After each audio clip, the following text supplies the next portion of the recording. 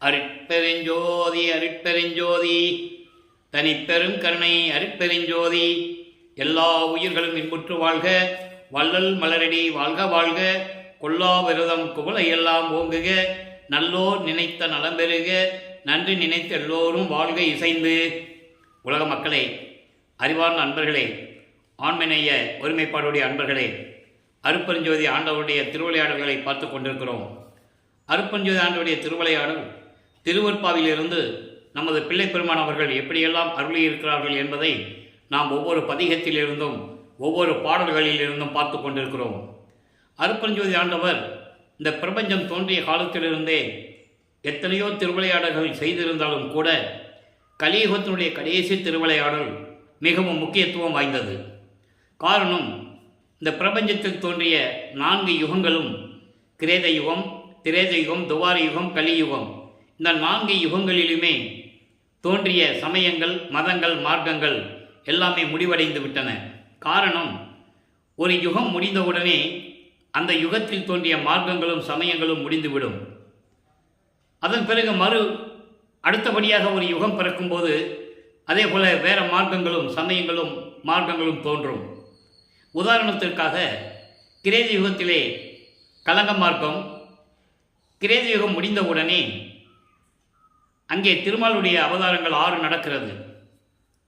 இந்த திருமாலுக்கு 10 அவதாரம் கொடுத்து அவர்களை செயலாற்ற வைத்தது அருட்பெருஞ்சோதி ஆண்டவர் என்பதை திருவற்பாவிலிருந்தே பார்த்து கொண்டிருக்கிறோம்.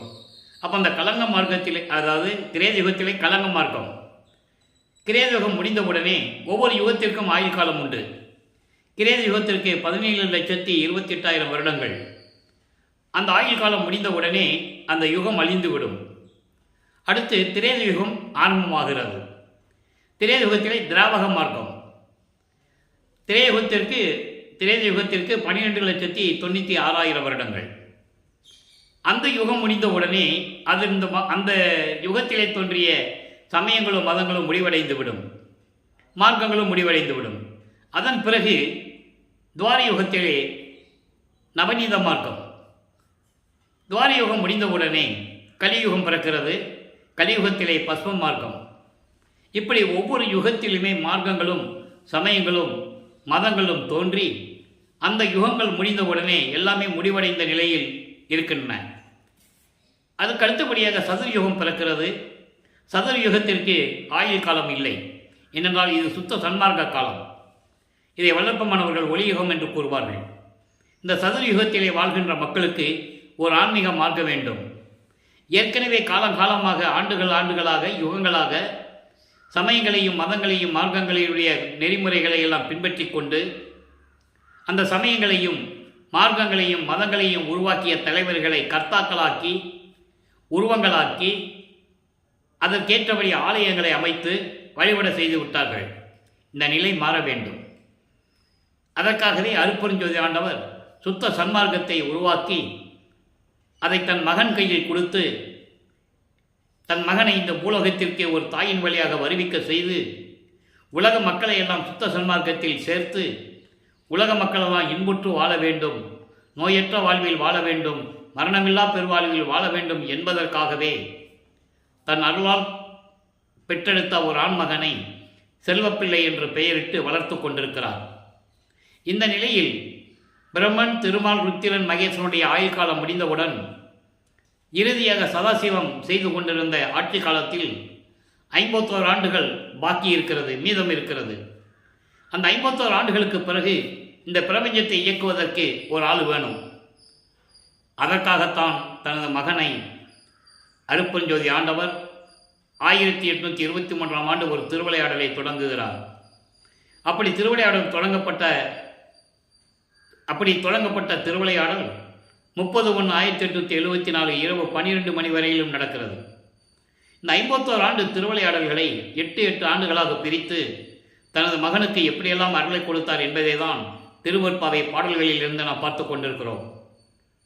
அந்த வகையிலே நமது பிள்ளை பெருமானவர்கள் 5/10/1823ஆம் ஆண்டு சிதம்பரம் அருகிலே மருதூர் என்ற கிராமத்திலே ராமையா பிள்ளை சின்னையம்மையார் என்பவர்களுடைய இல்லற வாழ்க்கையில் மகனாக வருவிக்க உற்றார். வருவிக்க உற்றார் என்பதற்கு ஏற்கனவே விளக்கம் கொடுத்திருக்கிறேன். வருவிக்க உற்றவருக்கு மரணம் இல்லை. அவர் ஒவ்வொரு யுகத்திலேயும் இருந்தவர். இறைவனுக்காக இறைவன் ஒரு காரியத்தை நடக்க வேண்டும் என்றால் ஒரு ஆண்மகனை இந்த பூலோகத்திற்கு அனுப்புவார். அப்படிப்பட்ட ஒரு நிலையில் வருவிக்க உற்றவர் நமது பிள்ளை பெருமானவர்கள். ஏற்கனவே ராமையா பிள்ளை அவர்களுக்கு ஏற்கனவே பிறந்தவர்கள் உண்டு. 4 பிள்ளைகள் பிறந்தவர்கள், 2 ஆண் பிள்ளைகள், 2 பெண் பிள்ளைகள். இவர் 5வது மகனாக வருவிக்க உற்றார். உலகியலுக்காக மகனாக வருவிக்க உற்றார் அவர்களுடைய வாழ்க்கையில்.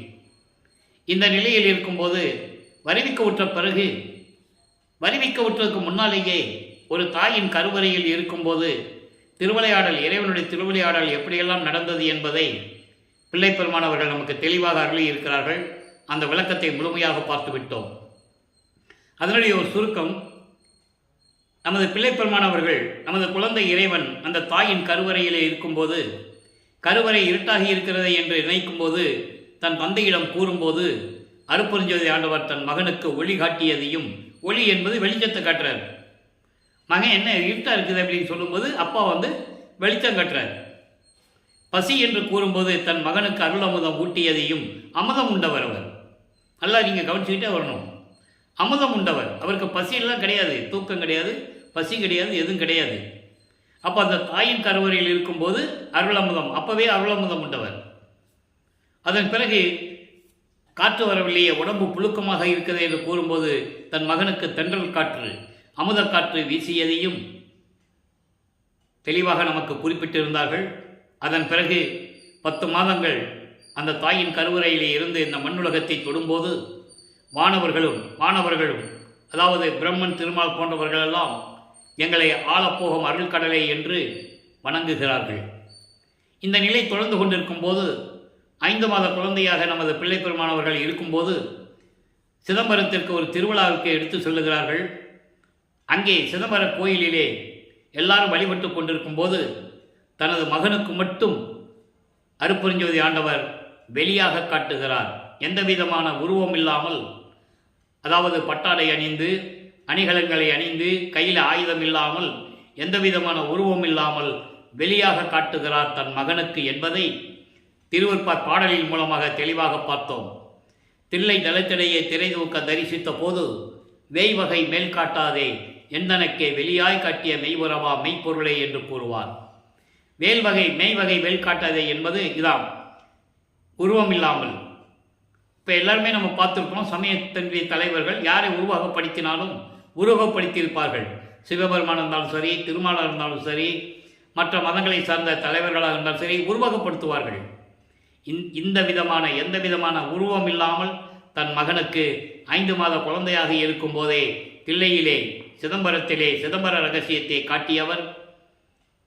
அதான் சிதம்பர ரகசியம், சிவரகசியம் காட்டியவர் தன் மகனுக்கு அருட்பெருஞ்சோதி ஆண்டவர் காட்டியவர். இப்படியெல்லாம் திருவிளையாடல் நடந்து கொண்டிருக்கும் போது ராமையா பிள்ளை அவர்கள் காலமான உடனே சின்னைமையார் அவர்கள் இந்த 5 குழந்தைகளையும், உலகியலிலே பிறந்தவர்கள் 4 பேர், இறைவனால் வருவிக்க விட்டவர் ஒரு குழந்தை, அதுதான் நமது பிள்ளை பெருமான். இந்த 5 குழந்தைகளையும் அழைத்து கொண்டு பொன்னேரியில் அருகில் இருக்கின்ற சின்ன காமனம் என்ற ஒரு கிராமத்திற்கு செல்கிறார்கள். அதுதான் அந்த அம்மையார் பிறந்த ஊர். அங்கே சில காரணங்களால் இருக்க முடியவில்லை. அதன் பிறகு சென்னையிலே குடியேறுகிறார்கள். ஏழுகணர் பகுதியிலே வீராசாமி முதலியார் தெரு என்ற ஒரு தெருவிலே ஒரு வீட்டிலே குடியேறுகிறார்கள். நமது பிள்ளை பெருமானவர்கள், நமது குழந்தை இறைவன் வளர்ந்து கொண்டிருக்கிறார், அவரை பள்ளியில் சேர்க்க வேண்டும். பள்ளியில் சேர்த்தவுடனே இவருக்கு பள்ளியில் படிக்க மனமில்லை என்று சொல்வதை விட அருட்பெருஞ்சோதி ஆண்டவர் அங்கே திருவிளையாடல் செய்து கொண்டிருக்கிறார்.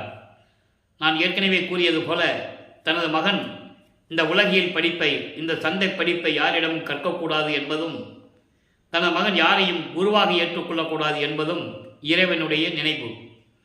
இறைவன் விரும்புகிறார், ஏன்னா அவருடைய மகனாச்சே. அதனால் இந்த நிலையை தொடர்ந்து கொண்டிருக்கும்போது அவரால் பள்ளியில் படிக்க முடியவில்லை, பள்ளியை விட்டு வெளியேறுகிறார். அப்போது வீட்டில் எவ்வளோ பிரச்சனை இருக்கின்றது நமக்கு தெரியும். உலகியலிலே ஒரு குழந்தையை பள்ளிக்கூடத்தில் சேர்த்து படிக்க முடியாத வந்துட்டால் எப்படியெல்லாம் சிரமங்கள் இருக்கிறது நமக்கு தெரியும். அந்த நிலையில் நமது பிள்ளை பெருமானவர்கள் இருந்து கொண்டிருக்கும் போது மனம் ஒரு நிலையில் இல்லை, தனிமையான ஒரு இடத்தை இந்த மனம் நாடுகிறது. அப்படி தேடி கிடைத்த இடம்தான் கந்தகோட்டம் என்ற ஒரு இடம். அங்கே ஒரு முருகன் கோயில் இருக்குது, சென்னைக்குள்ளே தான் இருக்குது. இப்போ அதை பாய்க்கடைன்னு சொல்லுவாங்க. அங்கே போய் உட்காந்துக்கிறாரு. காலையில் எந்திரிச்சு போகிறது, யார் எந்திரிக்க முன்னாலும் எந்திரிச்சு போயிடுறது, எல்லாம் தூங்கின பிறகு தான் வீட்டுக்கு வர்றது. மற்ற நேரங்கள் சில நேரங்களில் அங்கே கூட எங்கேயாவது திண்ணையில் படுத்துக்கிறது. இப்படியே நிலை தொடர்ந்து கொண்டிருக்கிறது. ஆக நமது பிள்ளைப்பெருமானவர்கள் முதல் 8 56 ஆண்டுகளை 8 8 பிரிக்கும் போது 6 8 48 வந்துடுது. மீதி இருக்கிற 3 வருஷம் மேட்டுக்குப்பம் சித்தி விழாகும். இப்போ இந்த நிலையில் இருக்கும்போது முதல் 8, அதாவது வருவிக்க உற்ற ஆண்டிலிருந்து 8 ஆண்டுகள் வரையிலும் இறைவனிடமிருந்து எந்த அருளை பெற முடியவில்லை. 2வது 8 தொடங்குகிறது. 9வது ஆண்டில் இறைவன் அவர் முன் தோன்றி, மகனே, நீ என்னால் வருவிக்க உற்றவன், காரண காரியங்களெல்லாம் முன்பருவம் பின்பருவம் காட்டி உனக்கு அருள் செய்வேன், இப்போ ஞானத்தை பெற்றுக்கொள் என்று சொல்லி மறைந்து விடுகிறார். இப்போ வளர்ப்பமானவர்களுக்கு இறைவனுடைய மகன் என்று தெரியும். மற்ற நினைவுகளெல்லாம் மறைப்பு நிலையில் இருக்கிறது, மறப்பு நிலையில் இருக்கிறது. இந்த 2 நிலைகள் எப்போ நீங்கும்னா 32 ஆண்டுகளுக்கு பிறகு தான் நீங்கும். அந்த விளக்கத்தை தான் நம்ம பார்த்துக்கிட்டு இருக்கோம். அப்போ இந்த நிலையில் இருக்கும்போது ஞானத்தை பெற்ற பிறகு இவர் சைவ குலத்திலிருந்து வருவிக்க விட்டதனாலும் சமயங்களையும் மார்க்கங்களுடைய நெறிகளையும் மதங்களுடைய நெறிகளையும் பின்பற்றி இருந்ததனால் சைவ சமயத்தின் அடையாளமாகிய திருநீரை பூசிக்கொண்டும் உத்தராட்சமலை போட்டுக்கொண்டும் சிவபெருமானை வழிபட்டு கொண்டிருக்கிறார். சிவபெருமான் சைவ சமயத்தின் தலைவன், வைஷ்ணவ சமயத்தின் தலைவன் திருமால். இப்படி ஒவ்வொரு சமயத்துக்கும் தலைவர்கள் உண்டு. கௌபாரம் முருகன், காணாபத்தியம் விநாயகன், சௌரம் சூரியன், சாகதம் அம்மை, இப்படி நிறைய விஷயங்கள் உண்டு. அப்போ அந்த சைவ சமயத்தின் அடையாளம் திருநீர் பூசிக்கிறது, வைஷ்ணவத்தினுடைய அடையாளம் நாமம் போட்டுக்கிறது. இப்படி ஒவ்வொரு சமயத்துக்கும் ஒரு அடையாளம் உண்டு, வழிபாடுகள் முறைகள் உண்டு, வேறுபாடுகள் ஒவ்வொன்றுக்கும் வேறுபாடாக இருக்கும், முரண்பாடுகளாக இருக்கும், எல்லாம் தத்துவங்களின் அடிப்படையில் இருக்கும். அப்போ இந்த நிலையில் இருக்கும்போது சிவபெருமானை முறையீடு செய்கிறார். சிவபெருமானிடம் முறையீடு செய்கிறார். 1ஆம் திருமுறை உருவாகிறது. மொத்தம் 8 பதிகங்கள், 712 பாடல்கள். இதிலே 6வது பதிகத்திலிருந்து இறைவனுடைய திருவிளையாடலை பார்த்து கொண்டிருக்கிறோம். முதல் பதிகம் திருவடி புகழ்ச்சி, 2வது விண்ணப்ப கலிவெண்பா, நெஞ்செறி உறுத்தல், சிவநேச வெண்பா, மகாதேவ மாலை, திருவருள் முறையீடு, வடிவுடை மாணிக்க மாலை, இங்கித மாலை, 8 பதியங்கள் உண்டு. திருவருள் முறையீடில் இருக்கின்ற 232 பாடல்களுடைய விளக்கங்களை முழுமையாக பார்த்து விட்டோம். எப்படியெல்லாம் சிவபெருமானிடம் முறையீடு செய்தார் என்பதையும் இறைவனிடம் அருளை பெற முடியவில்லையே என்று வருந்துவதையும் நாம் முழுமையாக பார்த்து விட்டோம். அதன் பிறகு தந்தையிடம் முறையிட்டு எந்த விதமான பலனும் இல்லை. அதனால் தாயிடம் முறையீடு செய்கிறார். வடிவுடைமனை பற்றி பாடுகிறார். வடிவுடைமனையிடம் முறையீடு செய்கிறார். எப்படியாவது எனக்கு நீ அருள் தர வேண்டும் என்று முறையீடு செய்கிறார். வடிவுடை மாணிக்க மாலை 100 பாடல்கள் உருவாகிறது. 100 பாடல்களுடைய விளக்கங்களை நாம் முழுமையாக பார்த்து விட்டோம். இந்த நிலையில் அவர் மறுபடியும் சிவபெருமானை நோக்கி முறையீடு செய்கிறார். சிவநேச வெண்பா என்ற பதிகத்திலிருந்து 4வது பதிகம் சிவநேச வெண்பா என்ற பதிகத்திலிருந்து விளக்கங்களை பார்த்து கொண்டிருக்கிறோம். மொத்தம் 100 பாடல்களை கொண்டது. அதனுடைய விளக்கங்களை நாம் பார்த்து கொண்டிருக்கிறோம். வல்லப்பெருமான் அவர்கள் இப்போ 16 ஆண்டுகளுக்குள் இருந்து கொண்டிருக்கிறார். இப்போ இந்த நிகழ்வு நடக்கும்போது அவருக்கு 12 ஆண்டுகள் நிறைவடைகிறது. இப்போ அந்த பாடலுடைய விளக்கத்தை பார்க்க போகிறோம். நல்லா கவனிங்க. 9வது ஆண்டிலிருந்து 12 ஆண்டுகளுக்குள் இறைவனிடம் ஞானத்தை பெற்ற பிறகு எப்படியெல்லாம் பாடல்களில் தனது மன வருத்தத்தை தெரிவிக்கிறார் என்பதை நாம் நேரடியாக பாடலிலிருந்தே பார்த்து கொண்டிருக்கிறோம். சிவநேச வெண்பா இன்னைக்கு பாடல் 10. பூதம் எங்கே, மற்றை புலன் எங்கே, பல் உயிரில் பேதம் எங்கே, அண்டம் என்னும் பேரெங்கே, நாதம் எங்கே, மன வடிவம் எங்கே, மறை எங்கே, வான்பொருள் நீ பொன்வடிவம் கொள்ளாத போது. இது பாடல். இறைவா, உனது பொன்னான வடிவம் இல்லை என்றால், அதாவது இந்த பிரபஞ்சத்தில் நீ இல்லை என்றால் மற்ற நிலைகளெல்லாம் ஏது என்ற நிலையில் இறைவனிடம் சொல்லுகிறார். பூதம் எங்கே, பூதம் எங்கே என்பது 5 பூதங்கள்: நிலம், நீர், நெருப்பு, காற்று, ஆகாயம். அதனுடைய செயல்பாடுகள் நீ இல்லை என்றால் அதெல்லாம் எங்கே இருக்கும்? அடுத்தபடியாக மற்ற புலன் எங்கே? புலன் என்பது ஐம்பொறிகள்: கண், காது, மூக்கு, வாய், மெய். வாய் என்பது நாக்கு என்று கூறுவார். மெய் என்பது உடல், இந்த உடலை பற்றி சொல்லுவார்.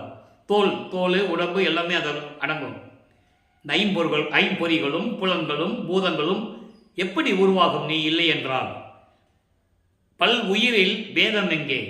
பல் உயிரில் பேதம் எங்கே என்பது 84 லட்சம் யோனி பேதங்கள் உயிரினங்கள், 84 லட்சம் வகைகள் உயிரினங்கள். அவைகள்லாம் எப்படி இருக்கும் நீ இல்லை என்றால்? அப்படின்னா என்ன? எல்லாவற்றையும் படைத்தவன் நீதானே என்று கூறுகிறார்.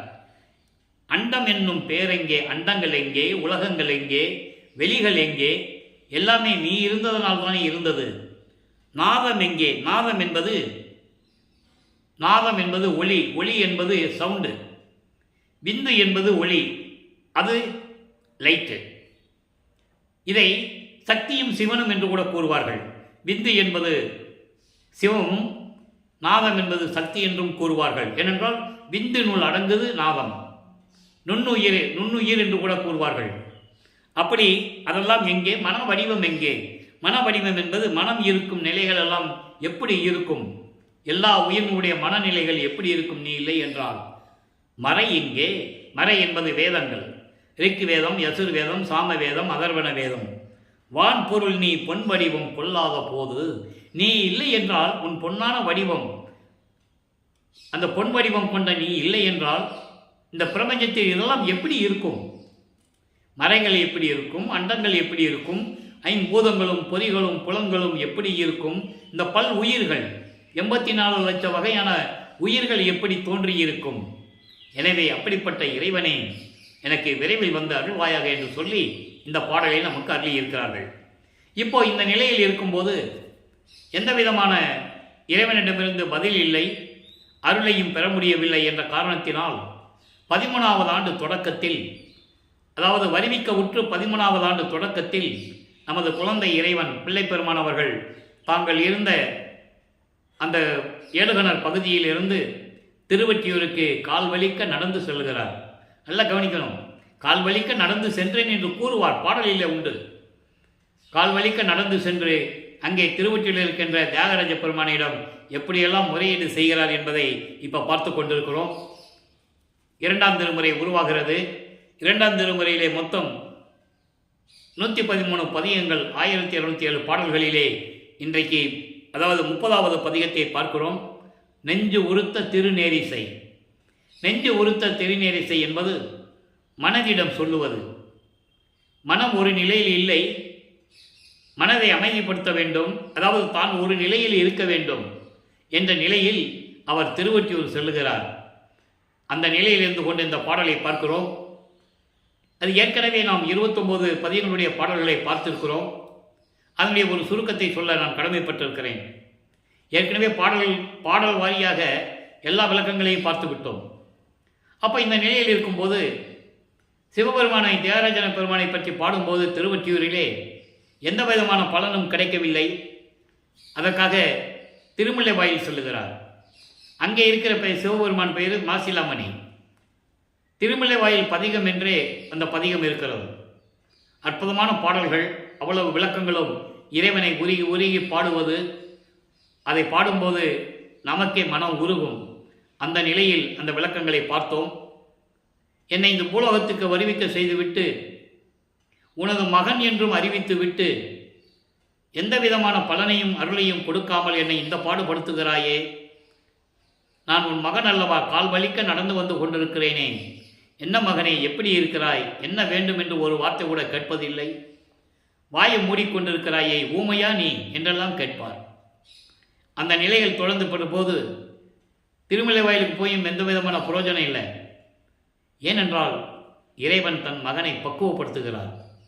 சமயங்களிலும் மார்க்கங்களிலும் மதங்களிலும் கூறப்பட்ட நெறிமுறைகளை பின்பற்றி கொண்டு அருள் கொடுப்பதற்காக மகனை பக்குவப்படுத்துகிறார். அப்போ இந்த உலக மக்கள் எல்லாம் அவரை பார்க்கணும், இந்த நிலையில் இருக்கும்போது பார்க்கணும். அதன் பிறகு சுத்த சன்மார்க்கத்தை கொடுத்த பிறகு இதெல்லாம் தேவையில்லை, பொய்ன்னு சொல்லணும். இதான் கான்செப்ட். அப்போ இந்த நிலையில் இருக்கும்போது திருவள்ளித்தாயம் என்ற ஒரு இடம் இருக்கிறது. வில்லிவாக்கத்திலிருந்து, சென்னைக்குள்ளே தான் இருக்குது. வில்லிவாக்கத்திலிருந்து ஒரு 15 கிலோமீட்டர் இருக்குன்னு நினைக்கிறேன். அங்கே போவார். ஏன்னா அங்கே ஒரு கோயில் இருக்குது. அந்த காலத்தில் அங்கெல்லாம் ஒரு திருவிளையாடல் நடந்திருக்கு.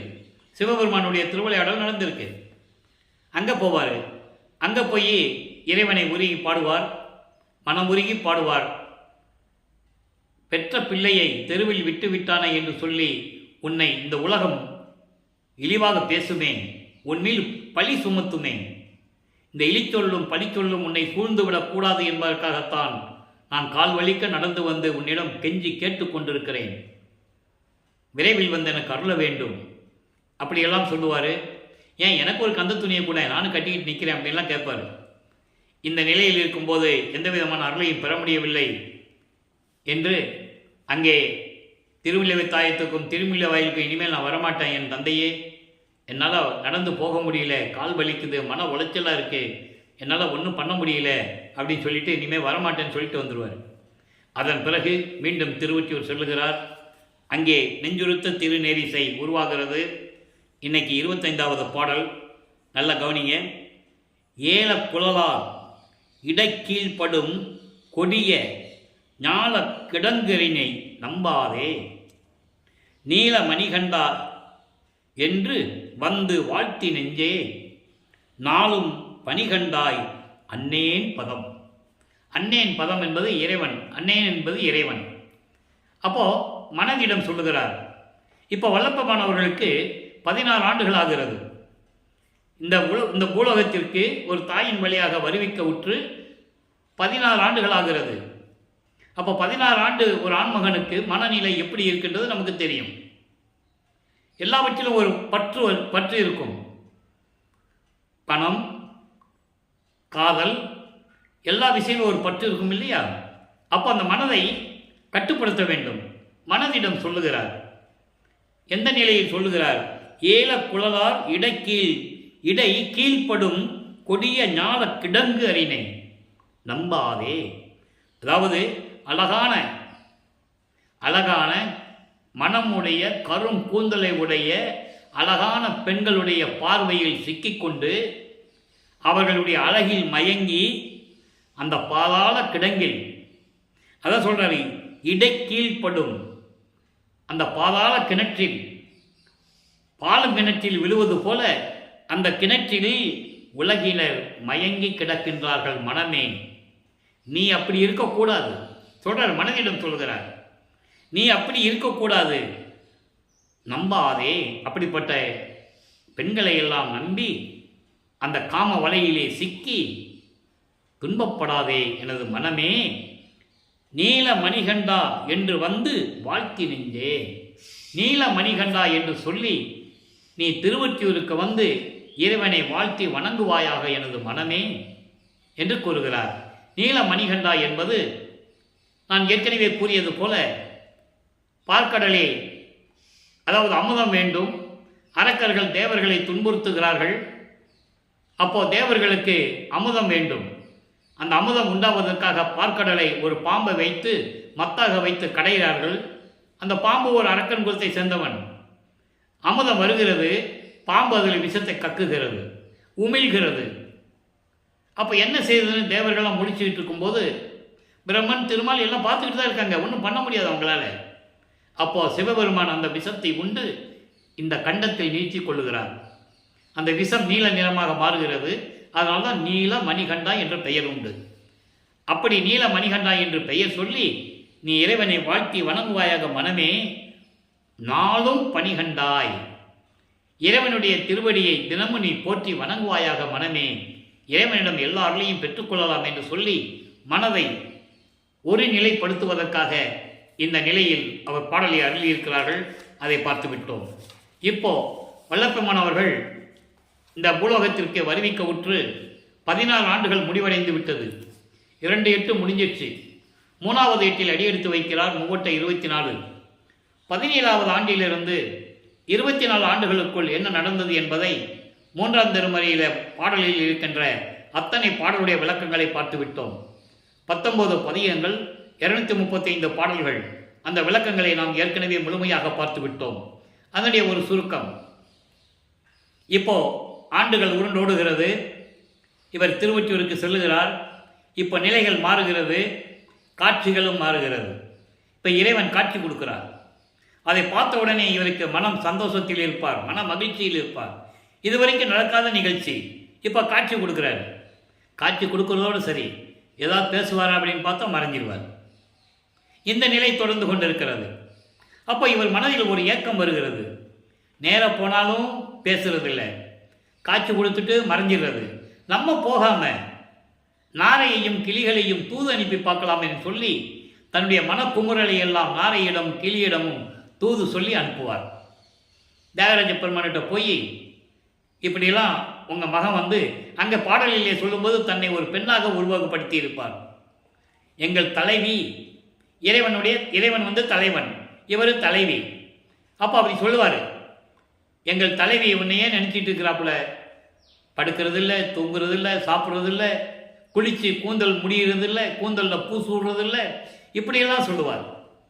ஏனென்றால் அங்கே காதலை சொல்ல வேண்டும், இறைவன் மீது இருக்கின்ற காதலை சொல்ல வேண்டும் என்றால் அங்கே இவர் ஒரு பெண்ணாக தன்னை உருவகப்படுத்தி சொல்லுவார்.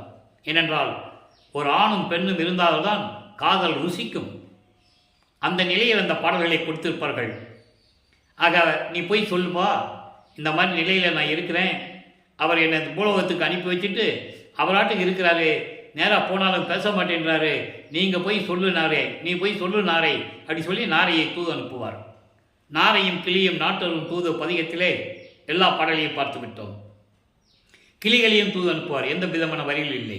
அதன் பிறகு இரங்கல் மாலை, நெஞ்சறிவுத்தல், எல்லாமே நிறைய பதிகங்களை நம்ம பார்த்துட்டோம். அதற்கு பிறகு ஒரு குறைச்சி பெண்ணிடம் போய் குறி கேட்பது, குறி ஆராய்ச்சி என்ற ஒரு பதிகம், ஒரு ஜோசியர்கிட்ட போய் ஜோசியம் கேட்கிறது, இதெல்லாம் உலகியல் நடக்கிற மாதிரி அவரும் பண்ணிட்டு இருக்கிறாரு.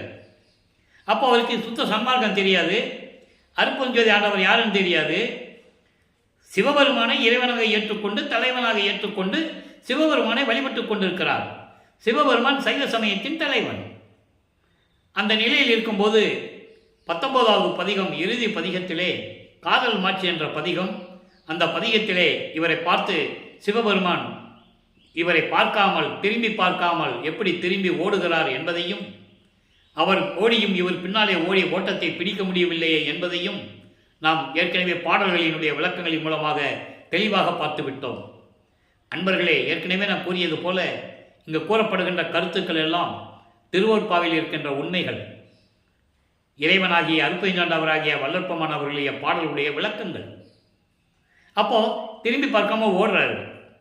இப்போ அந்த காட்சி கொடுத்துட்டு நேரம் வந்துக்கிட்டே இருப்பார். இவர் பக்கத்தில் இவர் கண்ணை மூடி மெய்மறந்த நிலையில் இருப்பார். எப்படியும் எனக்கு அருளை கொடுத்துருவாருன்னு சொல்லி நீ மெய்மறந்த நிலையில் இருக்கும்போது பக்கத்தில் வர்றது, தலையை செல்லமாக கோதி விடுறது, கன்னத்தை செல்லமாக கிள்றது, உடம்பை தடவி விடுறது, இப்படியே நிலைகள் தொடர்ந்து கொண்டிருக்கும்.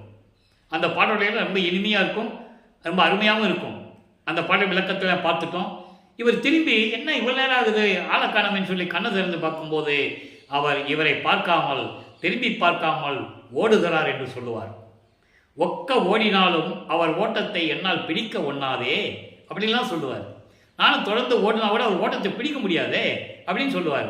ஏன் அதை சொல்கிறாருன்னா, அப்போ அவருக்கு எந்த விதமான சக்தியும் இல்லை. அதன் பிறகுதான் பறக்கிற சக்தி, எல்லா சக்திகளும் எப்படி வாங்கினார்ன்றதை நம்ம பார்த்துக்கிட்டு இருக்கோம். அப்போ எந்த விதமான சக்தியும் கிடையாது அவருக்கு. இவர் ஓடி போய் முடிக்க முடியல. அப்போ அங்கே இருக்கிறவங்க கேட்பாங்கல்ல, ஏன்னா வருஷமாக அங்கே நீ இருக்கிறாரு திருவொற்றியூரில், எல்லாருக்கும் அறிமுகமானவர். அப்போ அங்கே கேட்பாங்க, ராமலிங்கம் ஏன் ஓடுறேன்னு கேட்பாங்க.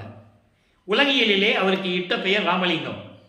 அந்த ராமலிங்கம் என்ற பெயர் ஏற்கனவே நான் கூறியது போல மருதூர் அருகிலே பின்னலூர் என்ற ஒரு கிராமம் இருக்கிறது.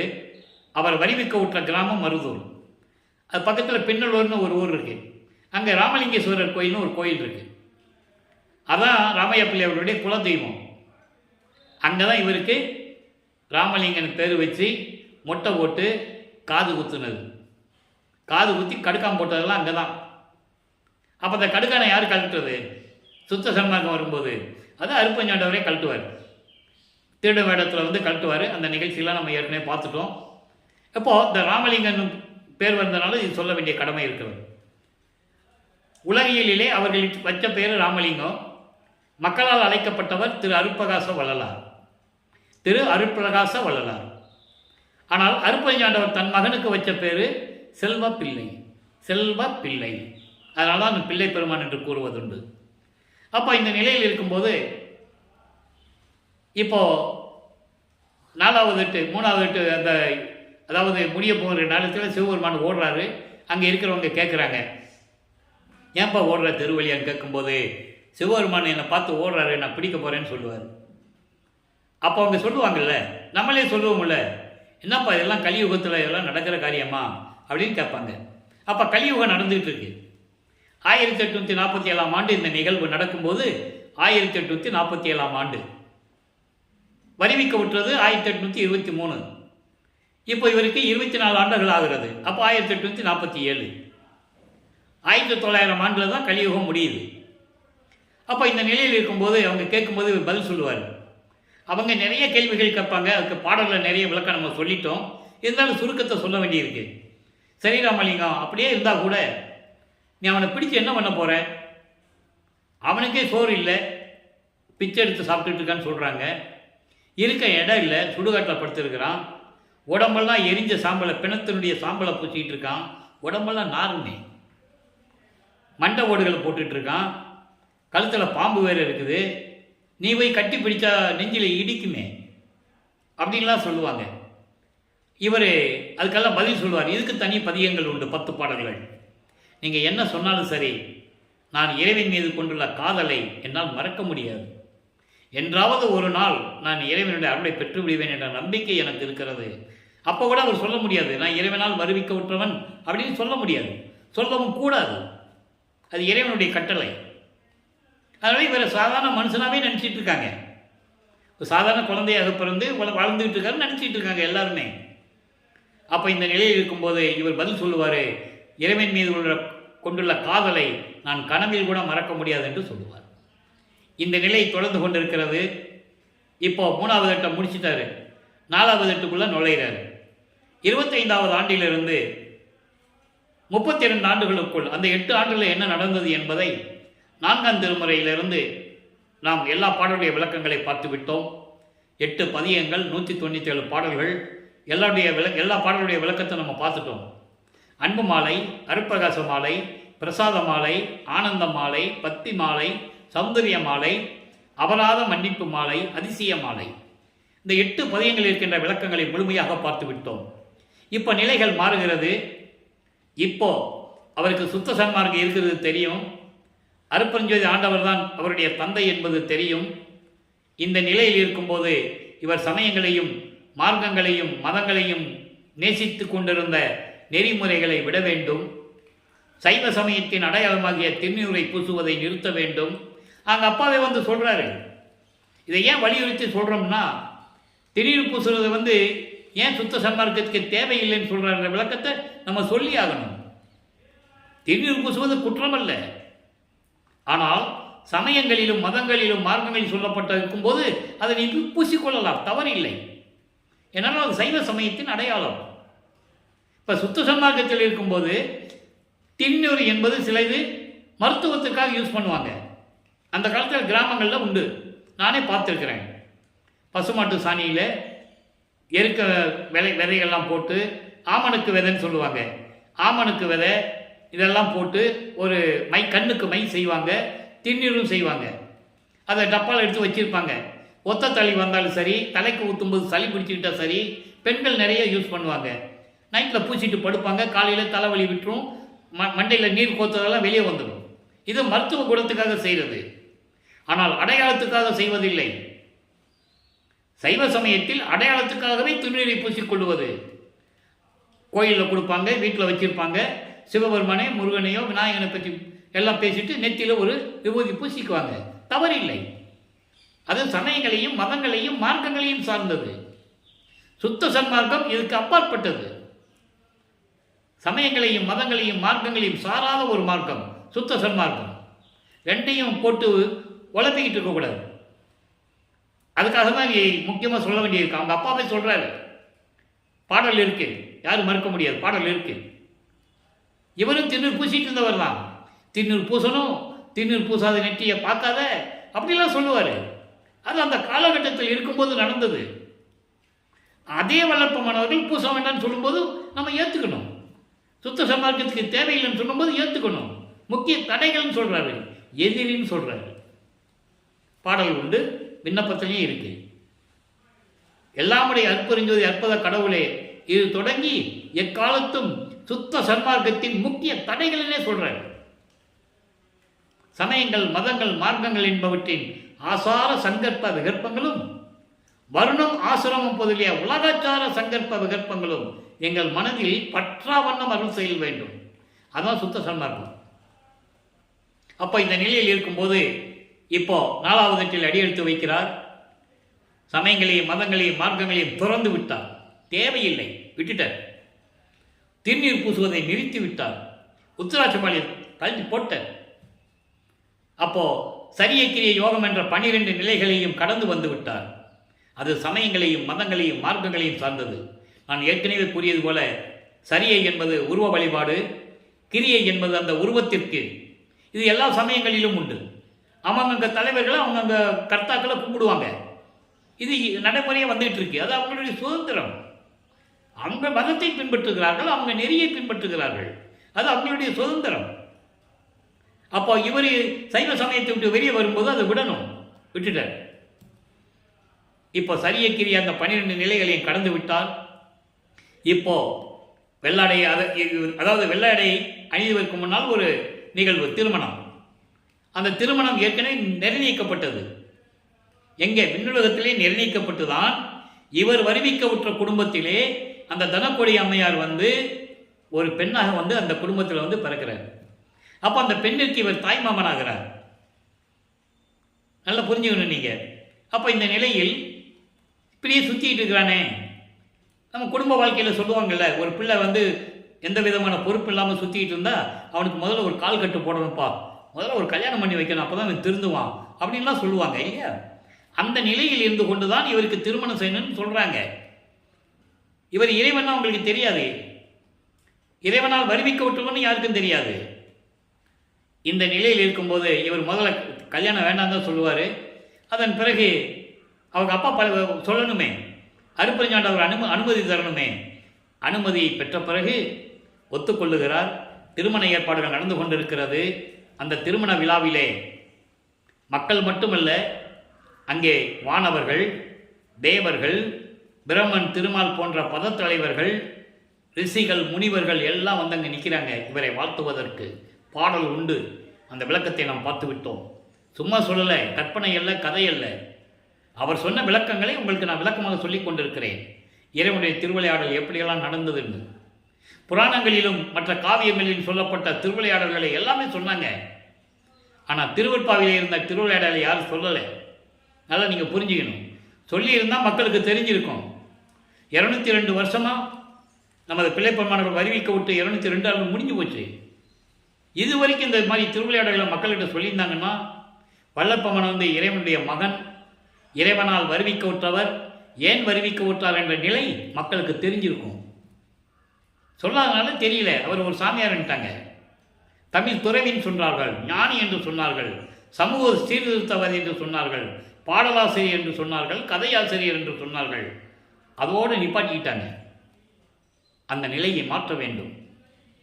அந்த நிலை உண்மையாக இருக்க வேண்டும். அது திருவருட்பாவில் இருந்து அந்த உண்மைகளை உங்களுக்கு நான் இந்த வள்ளலார் ஊழியன் இறைவனுடைய தயவாலையும் கருணையாலேயும் விளக்கத்தை பெற்றுக்கொண்டு உங்களுக்கு நான் கூறிக்கொண்டிருக்கிறேன்.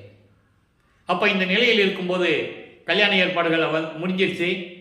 அப்பாவும் அம்மாவை வரலன்னு ரொம்ப கஷ்டப்படுறாரு. இருக்க தானே செய்யும். கல்யாணத்தில் அப்பா அம்மா வரலன்னா மகனுக்கு கஷ்டமாக இருக்க தானே செய்யும். மகனுடைய நிலையை கண்டு அன்று இரவு அருப்பறிஞாண்டவரும் சிவகாமி வெள்ளியும் 2 குதிரை மாட்டின தேரில் தன் மகனை வாழ்த்திவிட்டு செல்லுகிறார்கள் என்பதை நாம் தெளிவாக பார்த்து விட்டோம். இப்போ அந்த கடமையை முடிச்சாச்சு. அந்த கடமையை முடிச்சாச்சு.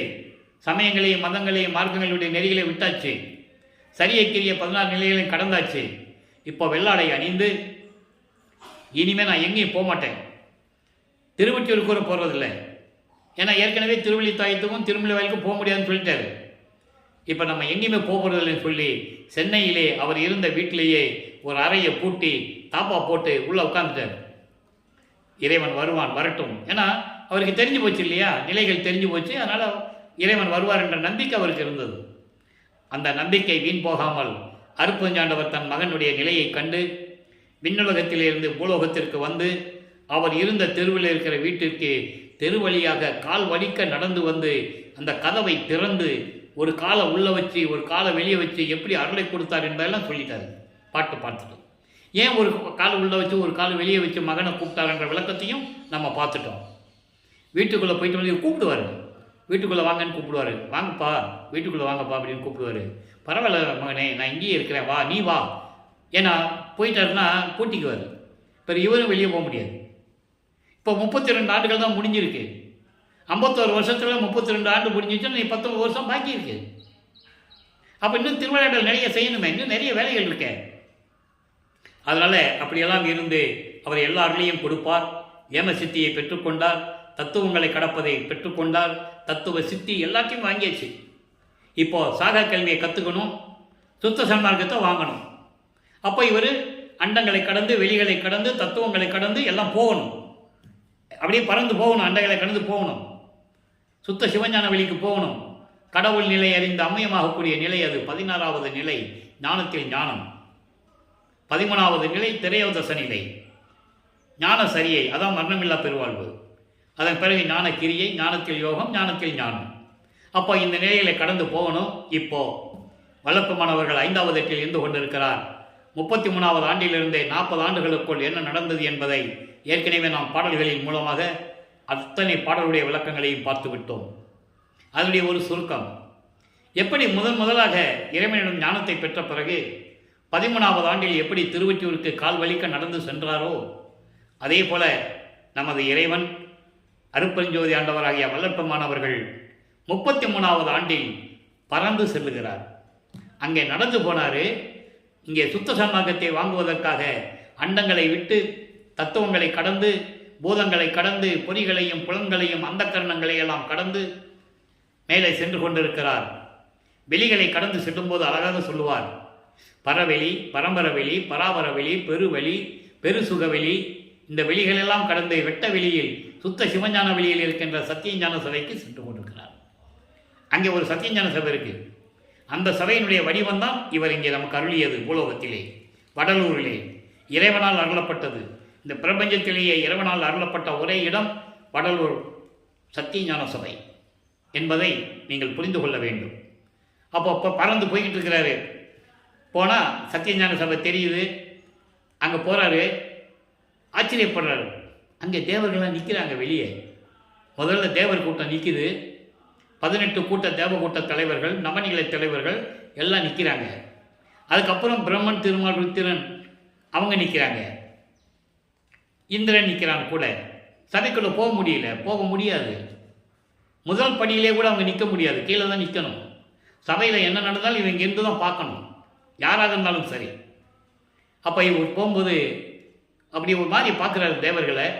தேவர்கள் செய்ய காட்டுகிறார்கள், நீங்கள் போங்க சாமி, நீங்கள் போவதற்கு தகுதி உண்டு, நீங்கள் போங்க, இந்த விழாவை நாங்கள் இங்கிருந்தே பார்க்குறோன்னு சொல்லி செய்ய காட்டுறாங்க. பாடல் உண்டு, கற்பனை அல்ல, பாடல் இருக்குது. செய்ய காட்டுறாங்க. இவர் உள்ளே போகிறார். மகனை வரவேற்கிறார் அருட்பெருஞ்சோதி ஆண்டவர். மகனே, இந்த ஆடைகளை எல்லாம் கலைந்து விட்டு முக்காடு கொண்டு தானே போகிறாரு.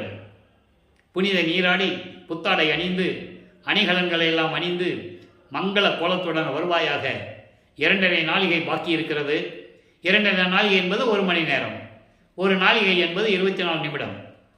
உனக்கு மணிமுடி சூட்ட வேண்டும், பொற்காப்பு அணிய வேண்டும், விரைவில் வருவாயாக என்று சொல்ல தந்தையின் கட்டளையை ஏற்று அவ்வாறே வருகிறார். மகனை அமர வைத்து மணிமுடி சூட்டுகிறார், பொற்காப்பு அணிகிறார். பொற்காப்பு என்பது பட்டயம், பட்டயம் என்பது இளவரசர் பட்டம். தந்தைக்கு அப்புறம் இளவரசன் நாட்டை, இந்த பிரபஞ்சத்தை ஆளப்போகிறார். எல்லாம் அணிவித்து விட்டு மகனை சுத்த சன்மார்க்கத்தை பெற்றுக்கொள் என்று சொல்லி சுத்த சன்மார்க்கத்தை தாரை வார்த்து கொடுக்கிறார். சுத்த சன்மார்க்கத்தை பெற்றுக்கொள்ளுகிறார். இறைவன் என் தந்தை சுத்த சன்மார்க்கத்தை கொடுத்தால் நான் பெற்றுக்கொண்டேன் என்று சொல்லுவார். பெரிய சிவ அனுபவத்தால் சுத்த சன்மார்க்கத்தை பெற்றேன். இரவாமை உற்றேன் கான் தோழி என்று கூறுவார். ஏன் இரவாமை உற்றேன் என்று சொன்னாரே? சுத்த சன்மார்க்கத்தை பெற்றால்தான் மரணமில்லா பெருவாழ்வு. அதை தெளிவாக ஒவ்வொரு பாடலிலே குறிப்பிட்டு சொல்லியிருப்பார். ஆக இந்த நிலையில் எல்லாவற்றையும் பெற்றுக்கொண்ட பிறகு மகனை உனக்கு சாகா கல்வியை கற்றுத்தருகிறேன், கற்றுக்கொள் என்று சொல்லி மகனுக்கு சாகா கல்வியை கற்றுக் கொடுக்கிறார். சாகா கல்வி என்பது சுத்த சன்மார்க்கத்தின் ஞானம், மெஞ்ஞானம், சுத்த சன்மார்க்கத்தின் நெறிகள். அப்போ இந்த சாகா கல்வியை சொல்லிக் கொடுக்கும்போது பிரம்மனும் திருமாலும் இந்த ருத்திரனும் மகேஸ்வரனும் இந்திரனும் எப்படி பார்த்து கொண்டிருந்தார்கள், ஏக்கத்துடன் இருந்தார்கள், கண்ணீர் விட்டு எப்படி அழுது கொண்டிருந்தார்கள் என்பதை பாடலிலே கூறியதை நாம் ஏற்கனவே பார்த்து விட்டோம். யாருக்கும் கிடைக்காத பாக்கியம் நமக்கு கிடைக்கவில்லையே, தன் மகனுக்கே எல்லாம் கொடுத்துட்டு இருக்கிறாரே. நம்ம இத்தனையோ பிரபஞ்சங்களை ஆண்டு கொண்டிருந்தோம், எத்தனையோ லட்ச வருடங்கள் ஆண்டு கொண்டிருந்தோம், நமக்கு இந்த பாக்கியம் கிடைக்கவில்லையே, மகனுக்கு மட்டும் கொடுக்கிறாரே என்பதை பாடலிலே ஏக்கத்துடன் கூறியதை நாம் பார்த்து விட்டோம். கடவுளுக்கு கூட ஓரவஞ்சனை இருக்குதே, மகனுக்கே கொடுத்துட்டு இருக்காரே அப்படின்னு அவங்க சொன்னதையும் வல்லப்பெருமான் பாடலிலே கூறியதையும் நாம் தெளிவாக பார்த்து விட்டோம். இப்போ எல்லாம் வாங்கியாச்சு. இப்போ இன்னும் பாக்கி இருக்கு, நீ 11 வருஷம் பாக்கி இருக்கு இல்லையா?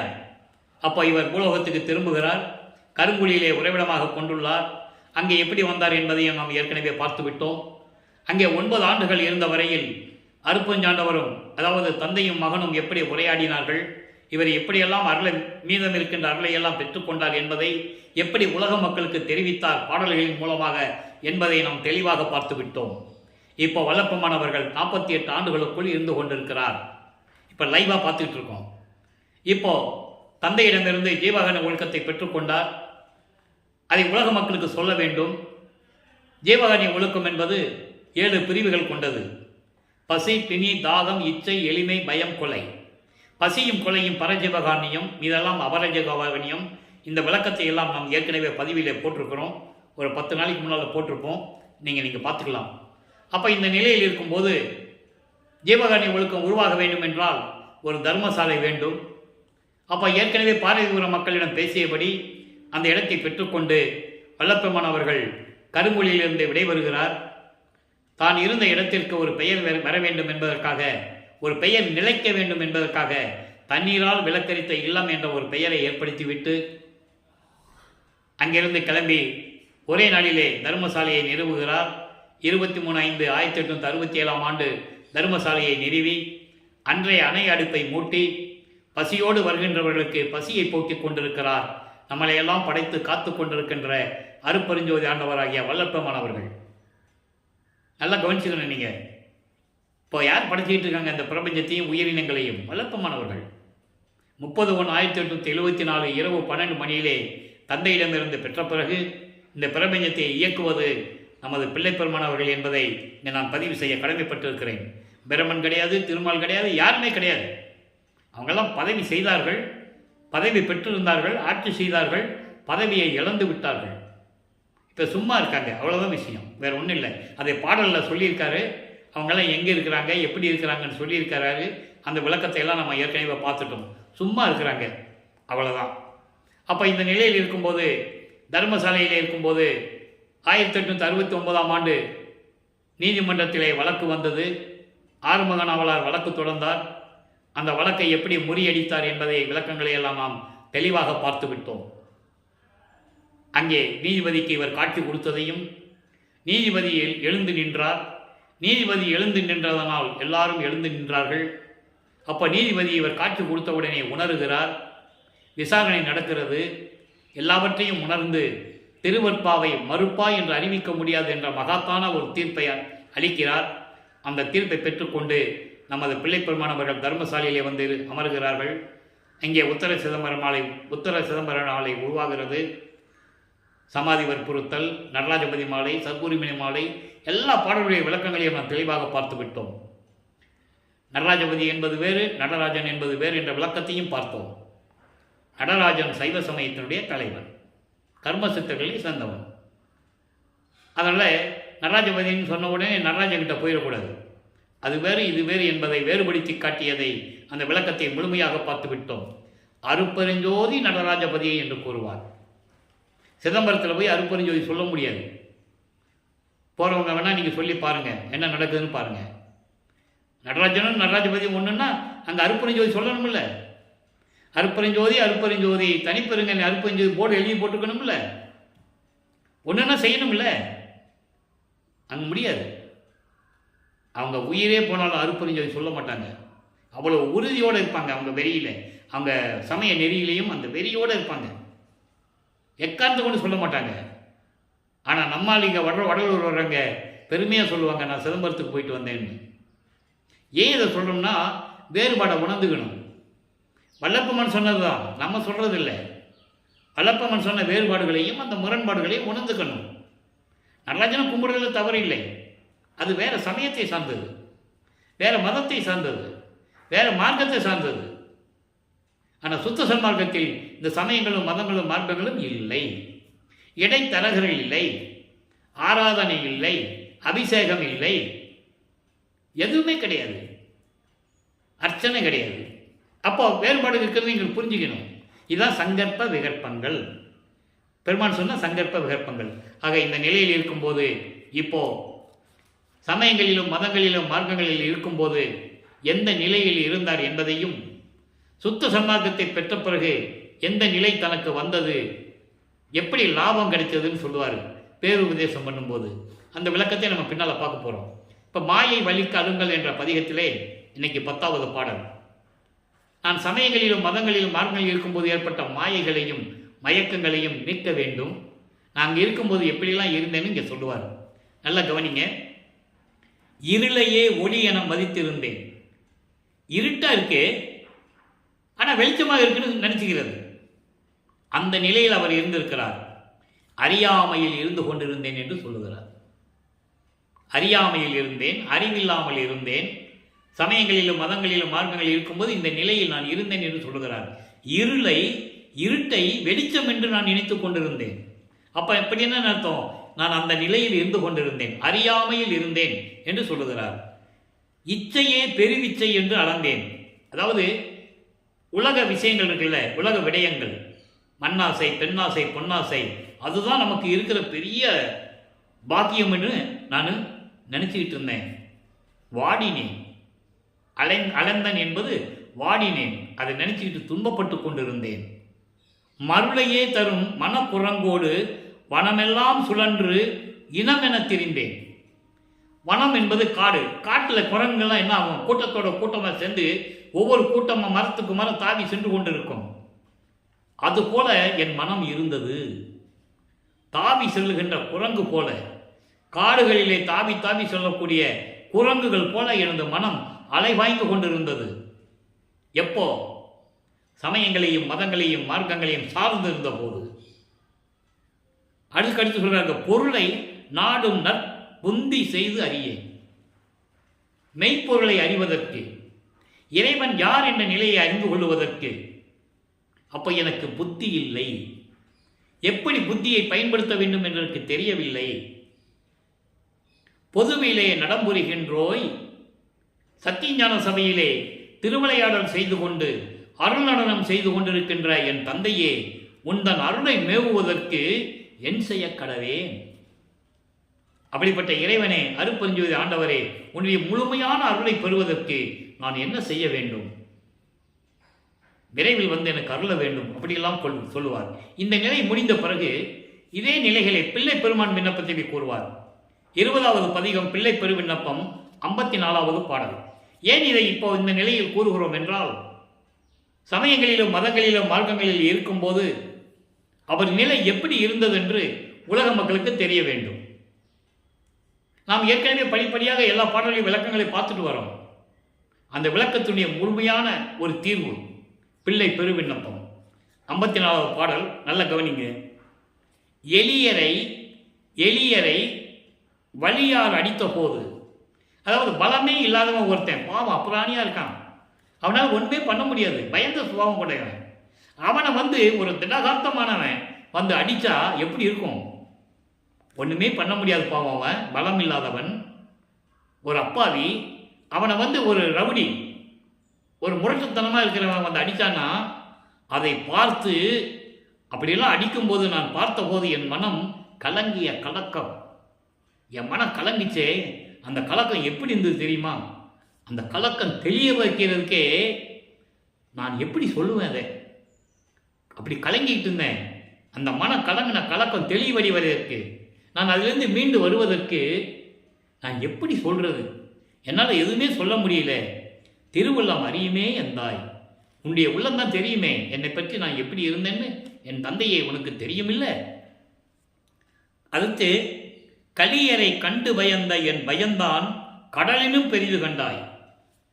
இந்த பயத்தை தான் ஜீவகணி ஒழுக்கத்தில் வச்சார். அதுக்கு தான் இந்த பாடலை இன்றைக்கு நம்ம விளக்கமாக பார்க்கிறோம். ஜீவகணி ஒழுக்கத்தில் பயனும் ஒரு பிரிவு இருக்குது. அந்த பயத்தை போக்கணும். அப்போ என்ன பண்ணணும்? சுத்த சன்மார்க்கத்தில் இருக்கணும். சுத்த சன்மார்க்கத்தில் இருந்தால் அந்த பயம் வராது, ஆட்டோமேட்டிக்காக வராது. ஏன்னா ஒரே இறைவனை நம்பிக்கிட்டு இருக்கோம். அருட்பெருஞ்சோதி பயம் எப்படி வரும்? மரண பயம் இருக்காது. ஐயோ, இந்த சிறு தெய்வங்கள்லாம் இருக்கே, பலியிடுறாங்கள, ஆடு மாடு கோழி பன்னிலாம் வெட்டுறாங்கல்ல, அந்த தெய்வங்கள் ஏதாவது நம்மளை வந்து பண்ணிடுமோன்ற பயம் இருக்கும்ல எல்லாருக்கும். அந்த பயம் இருக்காது சுத்த சன்மார்க்கத்துக்கு வந்துட்டா. அதான் சொல்றாரு, கலியரை கண்டு பயந்த. கலியரை என்பது கொடியவர்கள், உயிர் கொலை செய்கின்றவர்கள் அப்படின்னு சொல்லலாம். கல்லுண்டு போதையில் இருக்கின்றவர்கள், அவனுக்கு எதுவுமே தெரியாது. போதையில் இருக்கிறவனுக்கு எதுவுமே தெரியாது அப்படின்னு சொல்லலாம். ஆக இந்த நிலையில் இருக்கின்றவர்கள் அவர்களுடைய பயத்தை பார்த்து, வந்துட்டா என்ன பண்ணுறது, எதுக்கு வர்றானே அப்படின்னு சொல்லி அந்த பயத்தை பார்த்துட்டு, அந்த பயம் எப்படி இருந்ததா? கடலை விட பெருசாக இருந்ததாம். அப்போது கடலை பெரியதுன்னு கண்டாய். அடுத்து சொல்ல பாருங்க, அலியர் பால் கொடியர் செய்த வெங்கொடுமை. அலியர் பால், அலியர் என்பது இரக்கமுடையவர்கள்.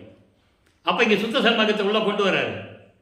சுத்த சன்மார்க்கத்தில் இருக்கிறவங்களுக்கு அடாவடி செய்ய தெரியாது, அனாவசியமாக பேச மாட்டாங்க, தீய சொற்களை பேச முடியாது, உயிர் இரக்கத்தோடு இருப்பாங்க, உயிர் நேயத்தோடு இருப்பாங்க. அதான் இங்கே சொல்கிறாரு அலியர்.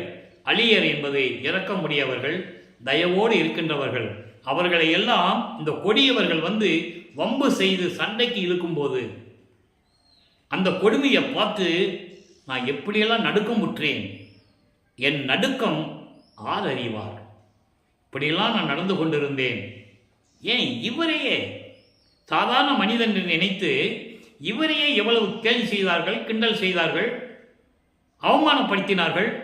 எல்லாமே பாடலில் சொல்கிறாரு, யாரும் மறுக்க முடியாது. அத்தனை நிலைகளும் உண்டு பாடலில். அதை தான் இவர் சொல்கிறாரு. இப்படி அறிவு, அதாவது இரக்கம் உள்ளவர்கள், சுத்த சன்மார்க்கத்தை சேர்ந்தவர்கள், தயவோடு இருக்கின்றவர்கள், உயிர் நேயத்தோடு இருக்கின்றவர்களை இந்த கொடியவர்கள் வந்து பயமுறுத்தும் போது நான் நடுங்கிய நடுக்கம் யாருக்கு தெரியும்? அந்த நிலையில் நான் இருந்து கொண்டிருந்தேன் என்று சொல்கிறார். இறுதியாக நண்பர்களே, ஒரே ஒரு பாடல், சிவ சிவ ஜோதி 118வது பதிகம் 28வது பாடல். நான் ஏற்கனவே சொல்லியிருக்கேன், சிவ சிவ ஜோதின்னு சொல்ல உடனே சிவசிவான்னு சொல்லிடக்கூடாது. இது அருட்பெருஞ்சோதி. அதை தான் இங்கே சொல்கிறாரு. அந்த தலைப்பை கொடுத்துட்டு சிவ சிவ ஜோதின்னு சொல்லிட்டு இது அருட்பெருஞ்சோதி தான் சொல்லணும் மக்களுக்கு. அதனால இங்கே கீழே சொல்கிறாரு, தன்னகரி இல்லாதோர் ஜோதி, யாரிடமும் ஒப்பிட முடியாத அளவிற்கு ஒப்பற்ற நிலையில் யாருக்கும் இவர் நிகரில்லை. ஆதியும் அனாதாக தோன்றிய, சுயமாக தோன்றிய இறைவன். இதை ஒரு பாடலில் சொல்லுவார், தாயில் வயிற்றில் முளைக்காதவருக்கு என்று சொல்லுவார். ஒரு தாயில் வயிற்றில் முளைக்காதவர், அவர் எந்த தாய் கருவறையிலிருந்து வரல. அதை தான் இவர் சொல்லுவார் ஒரு பாட்டில், நீ மட்டும் சுயமாக வந்துட்ட, என்னை மட்டும் ஏன் ஒரு தாயின் கருவறையில் நிற்க வச்சு, நாற்றம் அடிக்க இடத்துல நிற்க வச்சு, ரத்தமும் சதைகளும் சூழ்ந்த இடத்துல நிற்க வச்சு, என்னை இருக்க வச்சு, அங்கே 10 மாதம் இருக்க வச்சு, நான் எவ்வளோலாம் துன்பப்பட்டேன். தத்துவ சேட்டைகள், காம அரட்டர், காம ஆதி அரட்டர் என்று சொல்லுவார். காமம் ஆதி அரட்டர் என்பது காமம், குரோதம், லோபம், மோகம், மதம், ஆச்சரியம், இந்த 6 துண்ட துரிசுகளும் என்னை எப்படியெல்லாம் துன்புறுத்தின. மகாதேவ மலையிலே 87வது பாடலில் சொல்லுவார். அதை அற்புதமாக இருக்கும். யாரும் இந்த பிரபஞ்சத்தில் அந்த மாதிரி சொன்னதே கிடையாது. அவ்வளவு நெகிழ்வுகள், அவ்வளவு உண்மைகள், பிரபஞ்சத்தினுடைய உண்மைகளான திருவருட்பாவில் இருக்கு. அதான் இங்கே சொல்றாரு, தன்னகர் இல்லாத ஒரு ஜோதி, சுத்த சன்மார்க்க சங்கம் தழுவிய ஜோதி. அப்போ சுத்த சன்மார்க்கத்தின் தலைவன் யார்? அருட்பெருஞ்சோதி. இந்த விளக்கத்தை கொடுப்பதற்காகத்தான் எளிமையாக கூறியிருக்கிறார். இந்த விளக்கத்தை சொல்லணும்னா நம்ம பேசிக்கிட்டே இருக்கலாம். நல்லா எவ்வளவு மணி எத்தனை மணி நேரம் வேணாலும் இந்த விளக்கத்தை என்னால் சொல்ல முடியும். சுத்த சன்மார்க்க தழுவிய ஜோதி, சுத்த சன்மார்க்கத்தின் தலைவன். அப்ப சுத்த சன்மார்க்கத்தின் தலைவன் யாரு? சாதியும் மதமும் சமயமும் காணாதவன். அதான் அகவல்ல சொல்லுவார், சாதியும் மதமும் சமயமும் காணா ஆதி அநாதையாம் அருப்பெருஞ்சோதி சுத்த சன்மார்க்கத்தின் தலைவன் என்ற நிலையை அங்கே கூறுகிறார் அருப்பெருஞ்சோதி அகவலிலே. அப்படி சொல்வார் பாருங்க, என்னுள் நிறைந்த மெய்ஜோதி, என் உள்ளத்தில் பரிபூர்ணமாக விளங்கிக் கொண்டிருக்கின்ற இயற்கை உண்மை விளக்க கடவுளாகிய அருப்பெருஞ்சோதி, அதான் மெய்ஜோதி என்று சொல்லுகிறார். நல்லா நீங்க புரிஞ்சுக்கணும். என் உள்ளத்தில் பரிபூர்ணமாக கலந்து கொண்டிருக்கின்ற இயற்கை உண்மை விளக்கத்தின் அடிப்படையில் விளங்கிக் கொண்டிருக்கின்ற அருப்பெருஞ்சோதி என்னை ஈன்று ஐந்தொழில் செய்யென்று ஏவிய ஜோதி. எவ்வளவு அருமையான வார்த்தை, எவ்வளவு பெரிய உண்மைகள். ஏன் இந்த உலகத்துக்கு வருவிக்க விட்டார்? இங்க சொல்றாரு, என்னை ஈன்று அமுதளித்த நற்றாயே, ஊழுதோறு ஊழி உழப்பராவது ஓங்கி வாலி என்று எனக்கு வைத்த நன்னிதியே, ஆன்ற சன்மார்க்க மணிவர என்னைத்தான் ஈன்று அமுது அளித்த இனிய நற்றாயே. எப்படி சொல்ற பாருங்க, இதுக்காகத்தானே என்னை ஈன்றாய், வருவிக்க செய்தாய், இதற்காகத்தானே சுத்த சன்மார்க்கத்தை கொடுப்பதற்காகத்தானே என்னை இந்த பூலோகத்துக்கு வருவிக்க செய்தாய் என்பதை இங்கே கூறுகிறார். என்னை ஈன்று ஐந்தொழில் செய். பாருங்க, பிரம்மன், திருமால், ருத்திரன், மகேஸ்வரன், சதாசிவம் எங்க 5 பேர் செஞ்சிருக்கிறது. 5 தொழில்களையும் அவங்க 5 பேர் தனித்தனியா செஞ்சாங்க. இவர் ஒன்னா செய்ய சொல்றாராம் மகனுக்கிட்ட. என்னை ஈன்று அப்படின்னு என்ன அர்த்தம்? இந்த பூலோகத்தை எனக்கு வருவிக்க செய்து 5 தொழில்களையும் கொடுத்து நீ செய் என்று கட்டளையிட்ட ஜோர் அருப்பெருஞ்சோதி. அதான் ஏவியை என்று சொல்லுவார். ஏவியை என்பது கட்டளையிட்ட அருப்பெருஞ்சோதி. அதை ஒரு பாடலிலே சொல்லுவார், ஆக்கி அழித்தல் முதலாம் தொழில் ஓர் 5ஐயும் தேக்கி அமுது நீ செய் என்றான். தூக்கி எடுத்தான், அணைத்தான், இரவாத தேகம் கொடுத்தான், சிற்றம்பலத்து என்கோ. அருமையா சொல்லுவாரு. அதை இங்க ஒரு வரியில சொல்றாரு.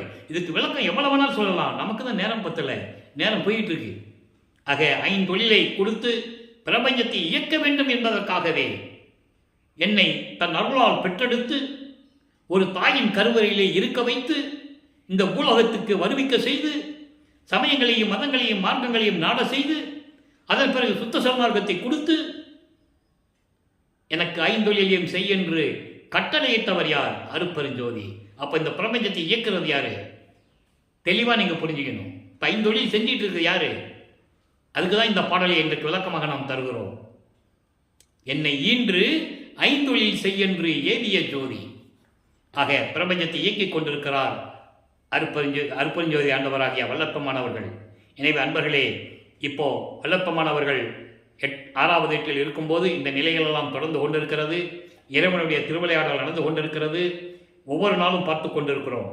எனவே நீங்களும் சுத்த சன்மார்க்கத்தில் இணைந்து சைவ நெறியில் இருந்து கொலையும் புலையும் தவிர்த்து மாமிச உணவுகளை தவிர்த்து அருப்பெருஞ்சோதி அருப்பெருஞ்சோதி தனிப்பெருங்கனை அருப்பெருஞ்சோத மகாமந்திரத்தை உச்சரித்து தீப வழிபாடு செய்து, ஏனென்றால் இறைவன் ஜோதி வடிவில் இருக்கிறான். இறைவனுடைய அருளையும் செல்வங்களை எல்லாம் பெற்று இந்த வையகத்திலே நீங்கள் வாழ்வாங்க வாழ வேண்டும், நோயற்ற வாழ்வில் வாழ வேண்டும் என்று இறைவனுடைய தயவாலையும் கருணையாலையும் இறைவனுடைய அருளை பெற்றவன் என்ற நோக்கில் இந்த வள்ளலார் ஒளியன் உங்களையும் வாழ்த்தி விடைபெறுகிறேன். நன்றி, வணக்கம். அருப்பெருஞ்சோதி அருப்பெருஞ்சோதி தனிப்பெருங்கருணை அருப்பெருஞ்சோதி. நாளையும் இறைவனுடைய திருவிளையாடல் தொடரும். கண்டு மகிழ்ந்து இறைவனர்களை பெற்றுக்கொள்ளுங்கள்.